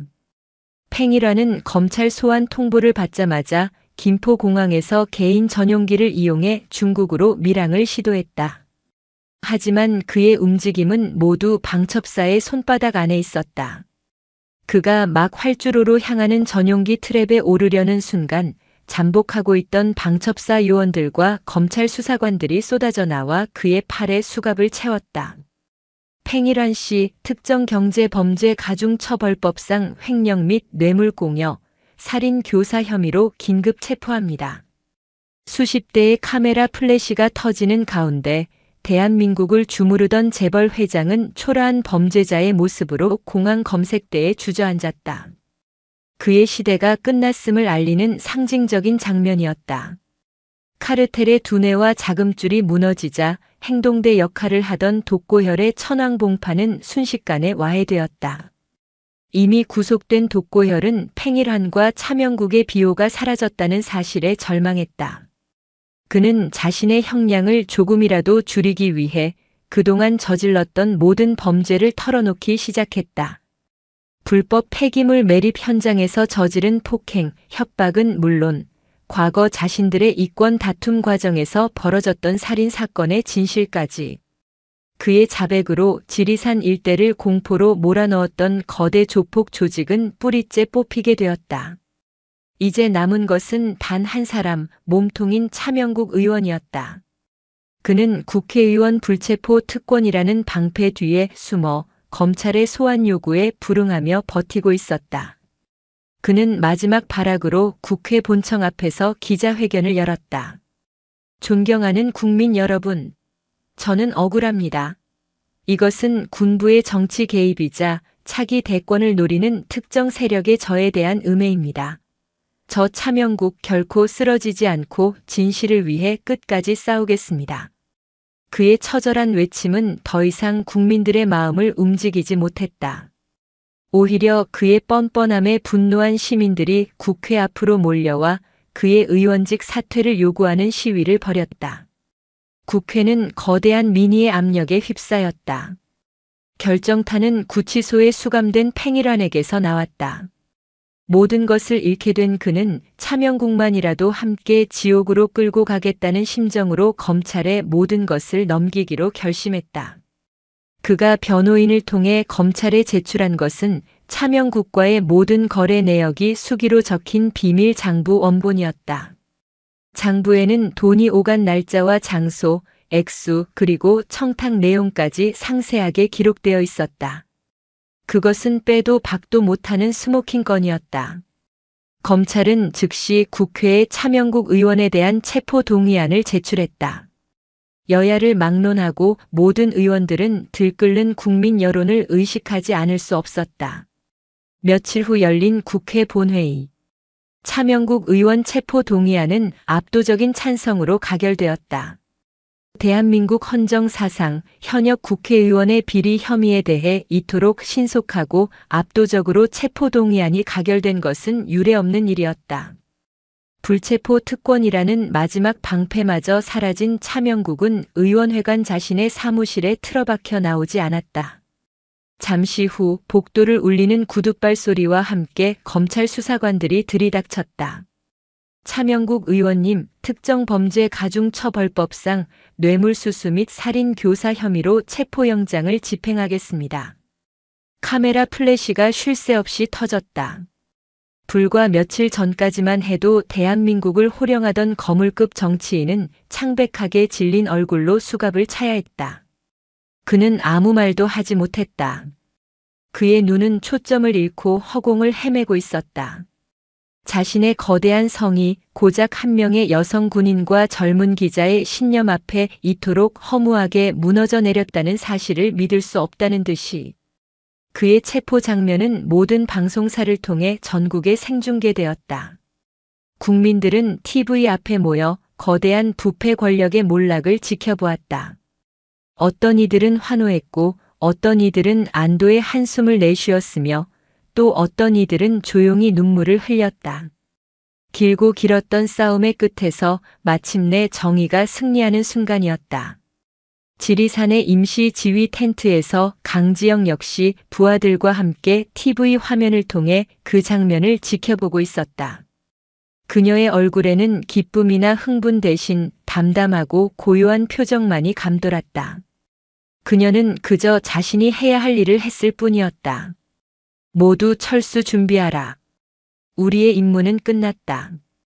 이제 각자의 자리로 돌아가 원래의 임무에 충실한다. 그녀의 명령에 장교들은 소리 없이 눈물을 훔치며 경례를 붙였다. 충성. 그들의 경례에는 자신의 모든 것을 걸고 정의를 바로 세운 지휘관에 대한 무한한 존경과 감사가 담겨 있었다. 심판의 날은 그렇게 저물고 있었다. 그리고 지리산에는 오랜 상처를 치유할 새로운 아침이 밝아오고 있었다. 지리산 게이트의 거대한 폭풍이 휩쓸고 지나간 자리에 대한민국은 길고 혹독한 후유증을 알았다. 하지만 그 아픔은 단순한 상처가 아니었다. 골마 터진 환부를 도려내고 새살이 돋아나게 하는 건강한 성장통이었다. 재판은 신속하게 진행되었다. 국민적 관심이 집중된 만큼 법원은 단 하나의 의혹도 남기지 않겠다는 듯 철저하게 진실을 파헤쳤다. 차명국 전 의원과 팽일환 전 대산건설 회장은 수백억 원대의 뇌물수수 및 횡령, 살인, 교사, 환경 파괴 등 10여 개가 넘는 죄목으로 각각 무기징역을 선고받았다. 법정 최고형이었다. 독고혈을 비롯한 천왕봉파 조직원들과 황덕배 전 경찰서장 역시 중형을 피하지 못했다. 법정은 판결문에서 이렇게 밝혔다.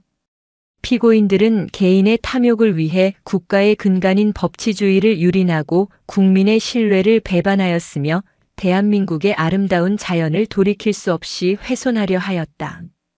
이에 본 재판부는 이들을 사회로부터 영원히 격리함으로써 다시는 이 땅에 이와 같은 불행한 역사가 반복되지 않도록 하는 엄중한 경고를 보내고자 한다.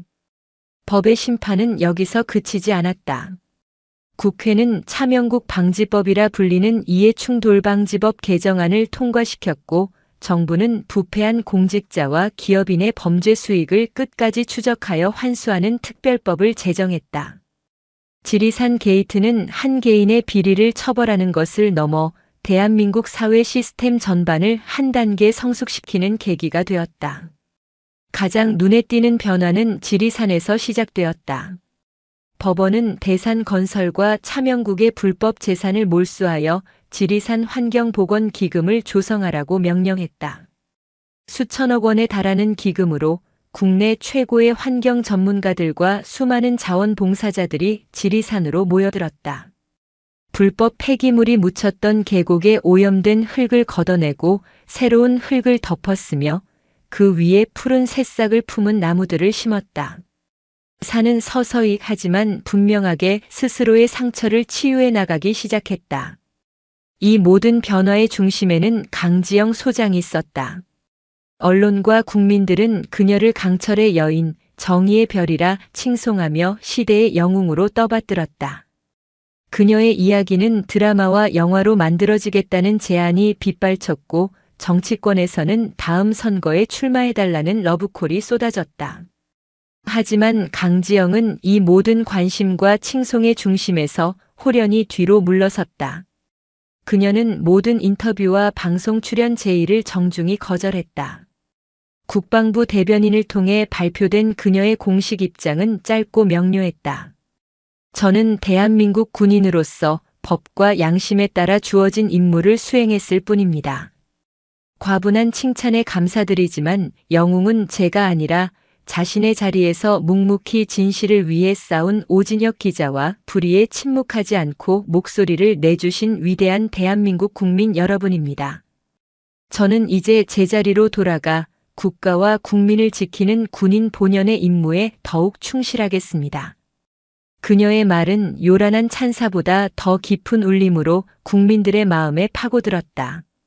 사람들은 그녀의 모습에서 진정한 군인, 진정한 어른의 품격을 보았다. 37사단으로 복귀하기 전날 강지영은 지리산 자락의 한적한 산채 식당에서 오강철 원사와 오진혁 기자를 조용히 만났다. 화려한 만찬이 아닌 소박한 산나물 비빔밥과 막걸리 한 사발이 전부인 자리였다. 장군님, 이 은혜를 어떻게 갚아야 할지 제 아들과 제 목숨을 구해주셨고 이 나라의 정의를 바로 세워주셨습니다. 오강철 원사는 깊게 주름진 손으로 막걸리 잔을 채워 지영에게 건넸다. 그의 눈가는 촉촉하게 젖어 있었다. 갚아야 할 은혜 같은 것은 없습니다, 원사님. 저 또한 원사님과 같은 군인이었을 뿐입니다. 아마 원사님께서 현역 시절의 저였다 해도 똑같이 행동하셨을 겁니다. 오진혁 기자가 고개를 숙이며 말했다. 장군님께서 제게 주셨던 용기 평생 잊지 않겠습니다. 앞으로도 제 펜을 장군님께서 지키고자 하셨던 가치를 위해 사용하겠습니다. 세상의 어두운 곳을 비추는 작은 등불이 되겠습니다. 그의 눈은 과거의 패기 넘치는 청년의 눈빛을 넘어 진실의 무게를 아는 깊고 단단한 언론인의 눈빛으로 변해 있었다. 지영은 흐뭇한 미소로 고개를 끄덕였다. 기대하겠습니다, 오 기자. 그리고 오 기자가 흔들리지 않고 진실을 쓸 수 있는 세상을 우리 군인들이 목숨 걸고 지켜내겠습니다. 식사를 마치고 헤어질 시간. 오강철 원사는 갑자기 지영의 앞에서 발을 모으고 허리를 꼿꼿이 세웠다. 그리고는 그가 평생 바쳐왔던 군인다운 우렁찬 목소리로 외쳤다. 사단장님께 대하여 경례. 충성.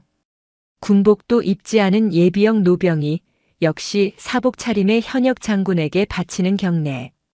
그 어떤 훈장 수여식보다도 장엄하고 가슴 벅찬 순간이었다.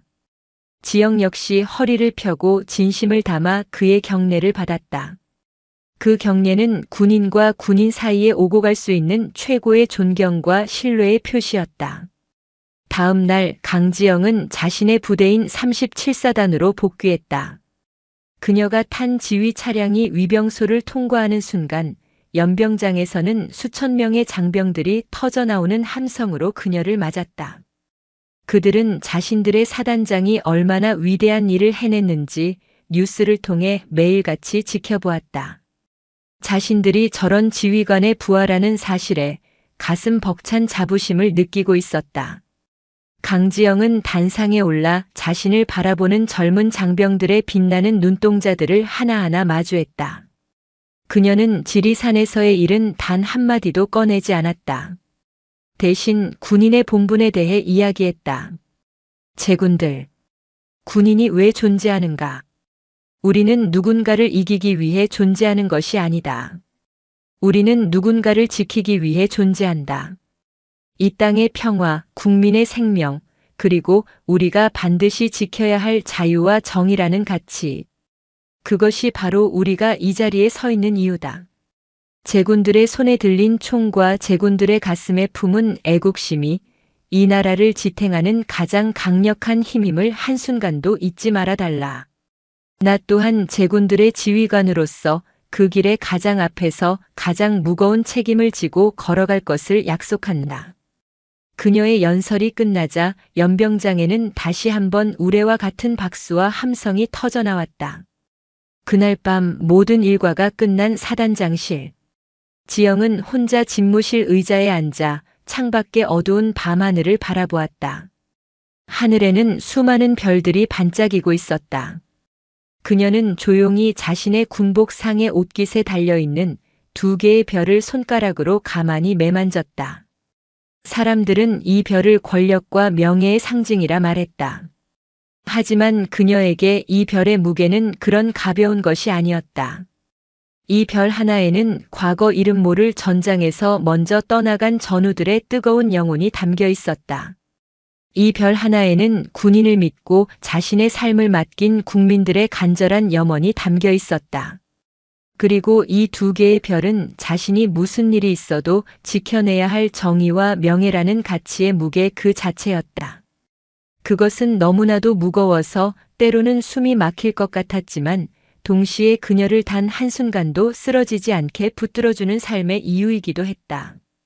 보고 있나 너희들이 그토록 지키고 싶어 했던 세상이 조금은 더 나아진 것 같다.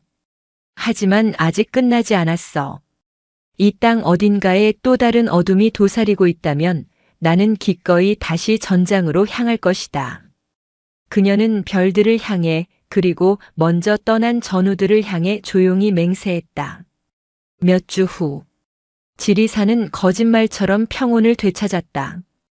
강지영은 다시 평범한 등산객의 모습으로 홀로 지리산의 흙길을 밟고 있었다. 그녀가 조폭들을 처음 만났던 공터에는 지리산 게이트의 전말을 알리는 작은 안내판과 함께 정의는 살아있다는 팻말이 세워져 있었다. 그 앞을 지나는 등산객들은 잠시 걸음을 멈추고 그날의 용감했던 여성을 기억하며 고개를 숙였다. 지영은 그곳을 지나쳐 더 높은 곳으로 향했다. 천왕봉 정상에 선 그녀의 눈에 아름다운 산하가 한눈에 들어왔다. 할아버지의 손을 잡고 제잘거리는 아이, 서로의 사진을 찍어주며 웃는 젊은 연인, 힘겹게 정상을 오른 친구들과 함께 환호하는 학생들. 그녀는 그 평범하고도 소중한 풍경을 가만히 눈에 담았다. 자신이 목숨을 걸고 지키고 싶었던 것은 바로 저런 평범한 사람들의 소박한 행복이었다. 그녀의 입가에 잔잔한 미소가 번졌다. 그녀는 다시 배낭을 메고 왔던 길을 되돌아 내려가기 시작했다. 세상은 그녀를 영웅이라 불렀지만 그녀는 그저 이 땅의 산과 강 그리고 사람들을 사랑하는 한 명의 군인일 뿐이었다. 산은 그녀를 기억하지 못할 것이고 사람들도 언젠가는 그녀의 이름을 잊을 것이다. 하지만 그녀가 지켜낸 정의의 가치는 저 지리산의 푸른 소나무처럼 천년의 세월이 흘러도 변치 않고 이 땅에 뿌리내리고 있을 터였다. 그것으로 충분했다. 오늘도 인생지의 말씀을 잘 들어주셔서 감사합니다.